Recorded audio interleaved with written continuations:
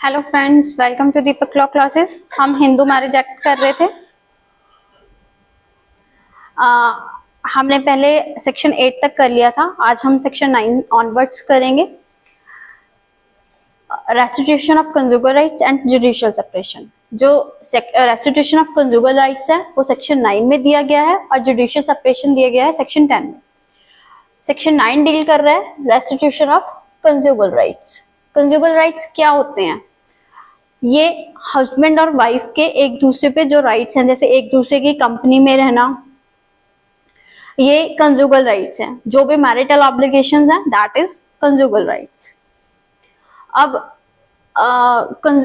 मतलब वो conjugal rights and obligations हैं। जो एक पार्टी की ऑब्लिगेशन है दूसरे पार्टी का राइट है, तो ये चीज कंजुगल हो गई। व्हेन ईदर द हस्बैंड और wife has without reasonable excuse, यहाँ पे चाहे हस्बैंड चाहे वाइफ, तो ये दोनों के पास राइट है। वाइफ भी अपने हस्बैंड के अगेंस्ट आरसीआर का सूट फाइल कर सकती है और हस्बैंड भी, ठीक है।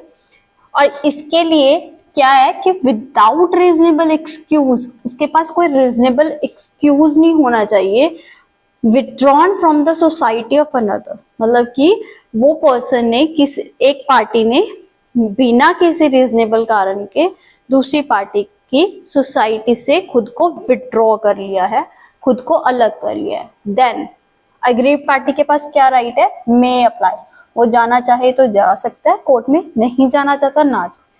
अप्लाई बाय पिटीशन, यहाँ पे पिटीशन फाइल होगी to the district court for restitution of conjugal rights and the court on being satisfied of the truth of the statements made in such petition and there is no legal ground why the application should not be granted may decree restitution of funds। तो अब क्या court वो court में apply करेगी जो party aggrieved है, और court उस चीजों को सुनेगी। अगर उसको सच्चाई लगती है तो वो रेस्टिट्यूशन ऑफ कंज्यूगल राइट्स की डिक्री को ग्रांट कर देगी। रेस्टिट्यूशन ऑफ कंज्यूगल राइट्स क्या है? कंज्यूगल राइट्स मैंने बता दिए, और रेस्टिट्यूशन मैंने रिस्टोर बैक करना, कि आप वापिस यहाँ पे कोर्ट क्या ऑर्डर कर सकती है कि आप दूसरी पार्टी के सोसाइटी में वापस एंटर करो।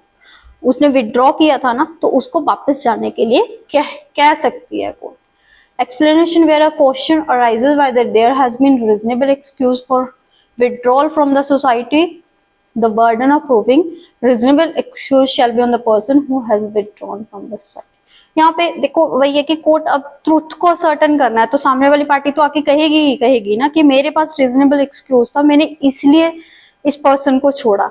तो यहाँ पे वो रीजनेबल एक्सक्यूज को प्रूव करना किसकी ड्यूटी है? बर्डन ऑफ प्रूफ किस पे है? जो ये क्लेम कर रहा है कि मेरे पास रीजनेबल एक्सक्यूज है। तो सेक्शन 9 यहीं पे। सेक्शन 10 बात कर रहा है जुडिशियल सेपरेशन की। जुडिशियल सेपरेशन क्या है? यहाँ पे पार्टीज का जो मैरिटल स्टेटस है वो सेम रहता है, वो हस्बैंड वाइफ रहते हैं, लेकिन जो मैरिटल ऑब्लिगेशंस होती हैं एज अ हस्बैंड वाइफ एक दूसरे पे, वो खत्म हो जाती हैं। पार्टीज का मैरिटल स्टेटस सेम रहता है। कई बार कुछ पार्टीज हम बच्चों की वजह से साथ में रह रहे हैं, तो वहां पे वो as a husband and wife ही रहेंगे, मतलब वो सेकेंड मैरिज नहीं कर सकते, लेकिन जो ऑब्लिगेशंस हैं वो खत्म हो जाती हैं। ये जुडिशियल सेपरेशन होता है। Either party to the marriage whether solemnized before or after the commence, चाहे मैरिज इस एक्ट के कमेंस होने से पहले हुई है चाहे बाद में हुई है, यहाँ पे कोर्ट के पास वो पार्टी क्या कर सकती है? वो प्रे कर सकती है कि मुझे जुडिशियल सेपरेशन की डिक्री ग्रांट कर दीजिए। लेकिन जुडिशियल सेपरेशन मिलता किन ग्राउंड्स पे? वो जो सेक्शन 13 क्लोज 1 में दिए गए हैं, जो डिवोर्स के ग्राउंड्स हैं। And in the case of wife also on the ground specified in subsection 2, मतलब वाइफ को 4 ग्राउंड्स एक्स्ट्रा मिले हुए हैं, तो वाइफ के पास इन टोटल वो 13 ग्राउंड्स हैं। पहले 9 ग्राउंड्स थे, अब शायद 2 रिपील हो चुके हैं। तो वाइफ के पास जो एक्स्ट्रा ग्राउंड्स हैं वो भी हैं, हस्बैंड के पास सिर्फ जो 13 क्लोज 1 में है वही ग्राउंड्स हैं। Where a decree for judicial separation has been passed, it shall no longer be obligatory on the petitioner for the petitioner to cohabit the respondent, but the court may, on the application by the petition of either party or on being satisfied of the truth of the statement made in such petition, rescind the decree of it, consider it just and reasonable to do so। अब जब degree of judicial separation हो गई तो भाई जो petitioner है उसके पास कोई ऑब्लिगेशन नहीं रह जाती कि उसने रिस्पोंडेंट के साथ कोहैबिट करना ही करना है। और दूसरी चीज क्या है कि अगर कोर्ट को लगता है तो वो ये अपने डिग्री को रिसेंड भी कर सकती है उसके पास अगर रीजनेबल ग्राउंड। नेक्स्ट है nullity of marriage and divorce. Nullity of marriage में मैंने आपको सेक्शन 5 करवाते हुए करवाया था कि हम 11 वाला में करेंगे। तो 11 बात कर रहा है वॉइड मैरिजेस की, जो शुरू से ही नल एंड वॉइड होती हैं, उनका कोई स्टेटस नहीं होता, और वॉइडेबल होती हैं जो पहले एग्जिस्ट कर रही होती हैं मैरिज, लेकिन बाद में किसी वजह से उनको हमने वॉइड डिक्लेयर करवा लिया। Any marriage solemnized after the commencement of this act shall be null and void on a petition presented by either party thereto against the other party be so declared by a decree of nullity if it contravenes one of the condition clauses 1, 4 and 5। 1 क्या है? Bigamy का, अगर bigamy अगर कर ली है तो वही जो एग्रीव्ड पार्टी है वो अपनी मैरिज को सेकेंड मैरिज को वॉइड डिक्लेयर करवा सकती है। और दूसरा क्या है, यहाँ पे प्रोहिबिटेड रिलेशनशिप की बात हो रही है, यहाँ पे स्पिंडा रिलेशनशिप्स की बात हो रही है।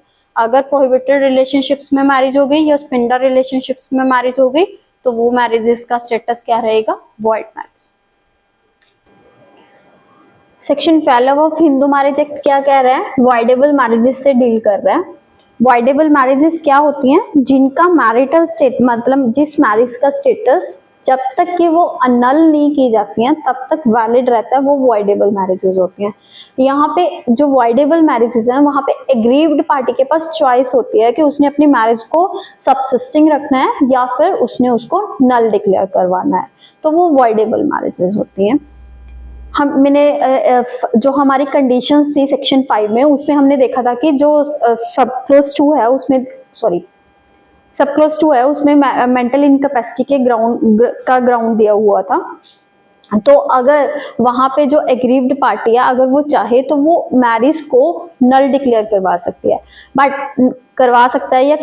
है, बट इन दैट केस जब तक कि डिक्री ऑफ नलिटी नहीं आ जाती टिल दैट टाइम उस मैरिज का स्टेटस वैलिड रहेगा। वॉइडेबल मैरिजेस में क्या है? एनी मैरिज सॉलेमनाइज्ड वेदर, और ये जो मैरिजेस हैं वो इस एक्ट के कमेंस होने से पहले या बाद में कभी भी हो सकती हैं, लेकिन अगर हम उस मैरिज को अनल करवाना चाहते हैं तो हमें डिक्री ऑफ नलिटी लेनी पड़ेगी कोर्ट से। और कौन कौन से ग्राउंड्स पे ले सकते हैं? यहाँ पे हम पहला ग्राउंड है due to the owing to the impotency of respondent. ठीक है, तो यहाँ पे जो पिटिशनर है वो विद क्लीन हैंड्स कोर्ट में जाना चाहिए, मतलब कि हम यहाँ पे रिस्पोंडेंट की इम्पोर्टेंसी की ही बात हो रही है। In that case marriage null declare करवाई जा सकती है। दूसरी है कि अगर मैरिज सेक्शन 5 क्लॉज 2 की कॉन्ट्रावेंशन से हुई है, इन दैट केस जो एग्रीव्ड पार्टी है अगर वो चाहे वो कोर्ट में जाके अपनी मैरिज को नल डिक्लेयर करवा सकती है। और इन केस जो मैरिज है पिटिशनर की वो बाय फ्रॉड या फोर्स मतलब करवाई गई है, देन इन दैट केस जो पिटिशनर है जैसे ही वो फ्रॉड या फोर्स खत्म होती है या फ्रॉड के बारे में उसको नॉलेज आती है तभी वो 1 साल के अंदर सूट फाइल कर सकते हैं। लेकिन कर सकते हैं ये हम अभी सब क्लोज 2 पढ़ेंगे, उसमें हमने डिटेल में देखना है। या फिर जो रिस्पोंडेंट है, यहाँ पे जो रिस्पोंडेंट है वो हमेशा फीमेल होगी और जो पिटिशनर होगा वो हमेशा मेल होगा, क्योंकि वहां पे रिस्पोंडेंट प्रेग्नेंट है by some person other than the petitioner. ठीक है, और इस चीज का पिटिशनर को नॉलेज नहीं होनी चाहिए at the time of marriage.